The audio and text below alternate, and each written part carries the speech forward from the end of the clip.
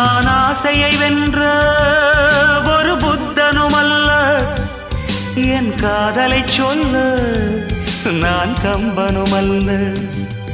உன் காது கடித்தேன் நான் கனவினில் மெல்ல, இன்று கட்டி அணைத்தேன் இது கற்பனை அல்ல. அடிமனம் தவிக்கும் அடிக்கடி துடிக்கும் ஆசையை திரு